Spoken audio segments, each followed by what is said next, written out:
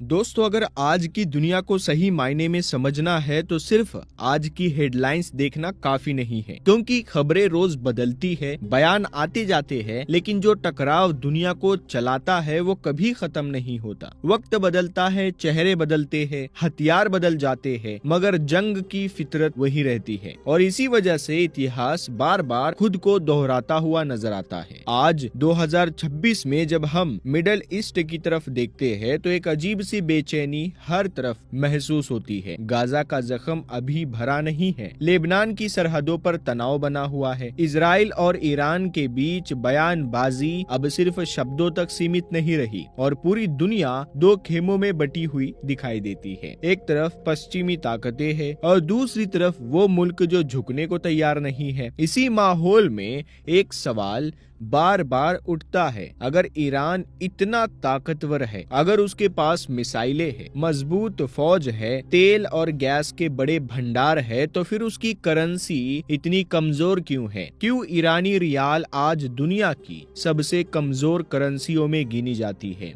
क्यों आम ईरानी की जिंदगी महंगाई और बेरोजगारी के बोझ तले दबी हुई है? लेकिन सवाल सिर्फ करेंसी का नहीं है, सवाल नजरिए का है। क्या करेंसी गिरना हमेशा किसी मुल्क की हार का ऐलान होता है, या ये इतिहास का वही दौर होता है जब किसी ताकत को कमजोर समझ लिया जाता है? और यही सबसे बड़ी भूल साबित होती है। अगर ये सवाल नया लगता है तो सिर्फ इसलिए क्योंकि हम इतिहास से कट चुके हैं, वरना यही सवाल सदियों पहले भी दुनिया के सामने खड़ा हुआ था। उस वक्त भी एक ताकत को खत्म मान लिया गया था, सुना है रोमन हुकूमत खत्म होने पर है, और दूसरी को अमर समझा गया था। सदियों पहले दुनिया की सियासत दो बड़ी सल्तनतों के इर्द गिर्द घूमती थी। एक तरफ पश्चिम की ताकत थी जिसे दुनिया रोमन एम्पायर के नाम से जानती थी, और दूसरी तरफ पूर्व की वो ताकत थी जिसकी जड़ें पर्शियन एम्पायर में थी, यानी आज के ईरान की बुनियाद। ये दोनों सल्तनतें सिर्फ लंबा वक्त कायम नहीं रही,